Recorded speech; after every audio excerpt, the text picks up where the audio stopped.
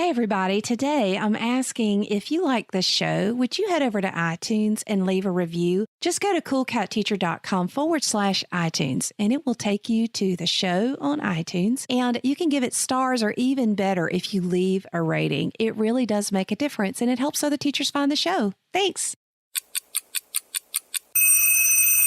Literature Performance Odyssey, Episode 318. The 10-Minute Teacher Podcast with Vicki Davis. Every weekday, you'll learn powerful, practical ways to be a more remarkable teacher today.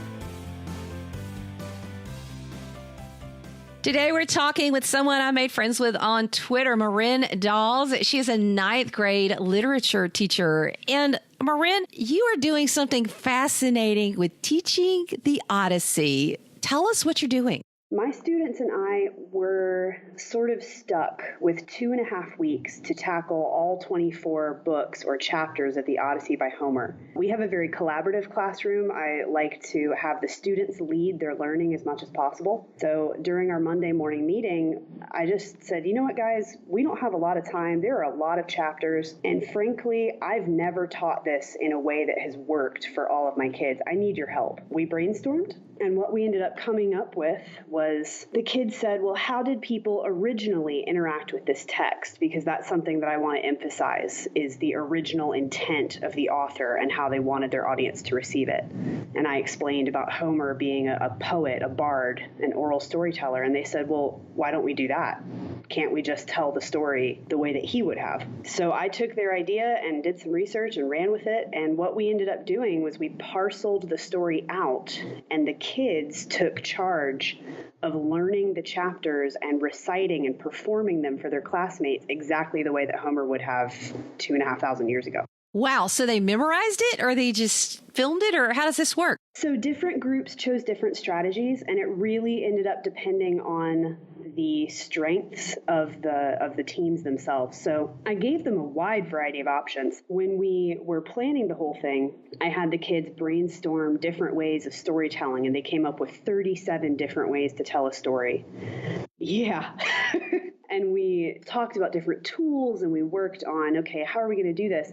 But most of them ended up deciding that they preferred actually doing spoken stories. So we had skits, we had popsicle stick puppets, we had miming, we had the type of thing where people hit a scene and then they freeze and a narrator steps forward and narrates what's going on. And then they do that a couple of times. So lots of different live performance options that the kids ended up preferring as they went along. Now, did you film these? Did you capture these on film for the kids who weren't there? How did that work? Yes, I did somewhat. We have to be a little bit careful about our photography rights and recording and that kind of thing with the students. But anytime that we knew someone was going to be gone, we would record it and send it just to that person. Or we do actually have the books themselves. So sometimes the kids would say, don't worry about it, Miss Dawes. I'm just going to read the chapter. And one thing that I was really pleased by was that as we went through this process of taking the story chapter by chapter, the kids became more confident in their reading ability. And so they were not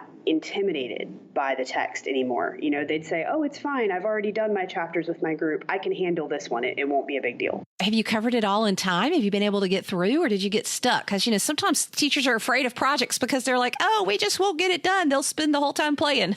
Yeah, I know what you mean. We actually did. And it was one of those things where having the limited amount of time sort of lit a fire under us. You know what I mean? It's like, okay, well, we have to get this done one way or the other. It is a curriculum requirement. And if we bail, then we're right back to where we started, only we have less time to read the whole thing. So go, go, go. And the kids would cheer each other on. So what we did was we took 2 or 2.5 days at the beginning. I teach on a 4x4 system, so my classes are 90 minutes long. About 2.5 days at the front end for the kids to read their chapters, annotate. We annotated like crazy. And a lot of them either wrote skits or sort of did bullet point plans on a piece of paper, and then they would put together costumes. And then each table would perform one chapter, and we would do feedback from the group. I included a question and answer session after each performance so that the audience could make sure they understood what had happened, and they got bonus points for asking questions. Answering questions was actually one of the requirements for the performers. And then we would take a day after each round and prep for the next one.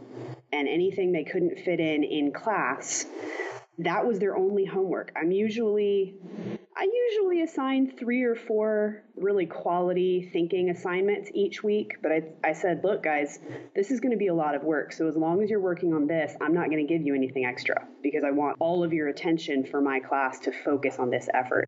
Now, Marynn, before we started recording, you showed me that you have a lot of observations from your students that they had, things they wanted to share. Tell us some of the things the students want everybody to know about this method of approaching the Odyssey.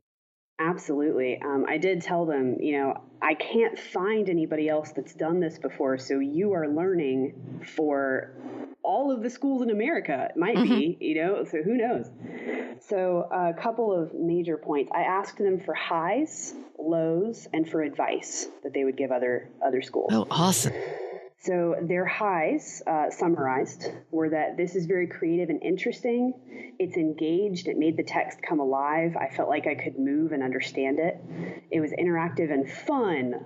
Lots of stars around fun because so many people said that. It improved my comprehension. I learned a lot. I got out of my comfort zone. And I remember the whole story. One little guy said, usually when I read, there's so much going on, I can barely keep up with the story. Forget the characters. It's not going to happen. But now, when we're talking about the characters, you can say, oh yeah, Euryclea, Kiani played Euryclea, remember? And I can remember, and that helps me comprehend. Some of their lows were, it's time consuming. Yeah, they had to work, right? Welcome to teaching, which is great that they're doing it. Yeah, several of the kids said it was a lot more work than I expected. I did think it was interesting that they pointed out this is really fun, and most of us preferred to do live acting, but that didn't fit everybody's style. So it really does depend on your learning style, and you need to know performing techniques. I messed that up. I didn't show them like stage drama techniques until the second and third round because I didn't predict how much they would need to know. So they wanted to get that learning about the skills at the front end. And the other thing they noted was if the performance is unclear, if the group has a tough chapter with a lot of details and a lot of characters, it can get a little muddy. It can be hard to understand. So they said you really have to emphasize the Q&A structure. And we also, in the middle, we started having the groups read a summary of their annotations before they performed. So that way we knew what we were looking for before they went on stage. But they recommend this for other classrooms. Yeah, absolutely. And their advice column is actually the longest one. So what's their advice? I'm going to try to pick the most pertinent moments. They said, practice. Do not procrastinate for the love of all that is good. Make sure you practice. They said, a lot of the kids said, just do it. Just break out of your comfort zone. Understand that everybody in the room is going to be doing the same thing. And the sillier you look, the more we enjoy it. So just go. They did actually recommend several of them set up their own Remind accounts, like remind.com. And they used Remind instead of a group chat. So they would all be on a Remind group together so that they could communicate when they were at home. And that way they didn't know each other's phone numbers, but they could still talk. Wow. Yeah, I thought that was good. Other than that, they said definitely work on your group collaboration at the front end. Like have a really clear conversation about who is going to be in charge of what and how you're going to make sure it happens first. Several of them, I actually led some conflict resolution workshops because they found out the hard way that they didn't know how to do conflict resolution. Yeah. And that's so great about having teams and working in this way because you're teaching so much more than your topic and you got done on time. We do want to say that. Yeah. So, Marynn, I think the thing that I would like to most point out to our teachers, besides the fact that this is a fantastic teaching method, I like what you've modeled for us by going to your students and saying, students, what do you want to say to people about this method of teaching? And I actually, we've had 301 episodes as of the day we're recording this.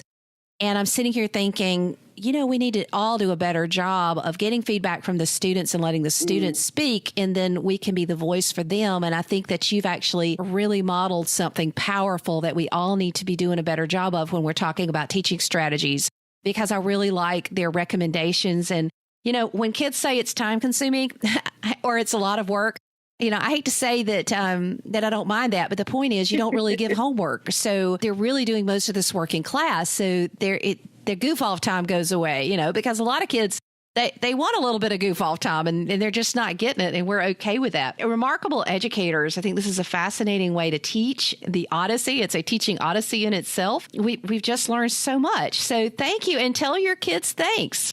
Oh, I certainly will. As I said before the show started, it really does help if you leave a review. So if you go to coolcatteacher.com/iTunes and leave a review, I really do appreciate it. And I also appreciate it when you tell your friends. One tip, a lot of people don't know that if you go to the show notes for any of these episodes, so today is episode 254, so you would go to coolcatteacher.com/E254. And you can go to the show notes. But if you look at the little player that I've embedded, there are two little brackets. And if you click that, you can actually embed any show you want on your own blog, your own website. You can share the links to those and just share it far and wide. You can even download a copy of the show if you want to send it to others. So I've put it out there for you, and I hope it's useful. Thank you for listening to the 10-Minute Teacher Podcast. You can download the show notes and see the archive at coolcatteacher.com/podcast. Never stop learning.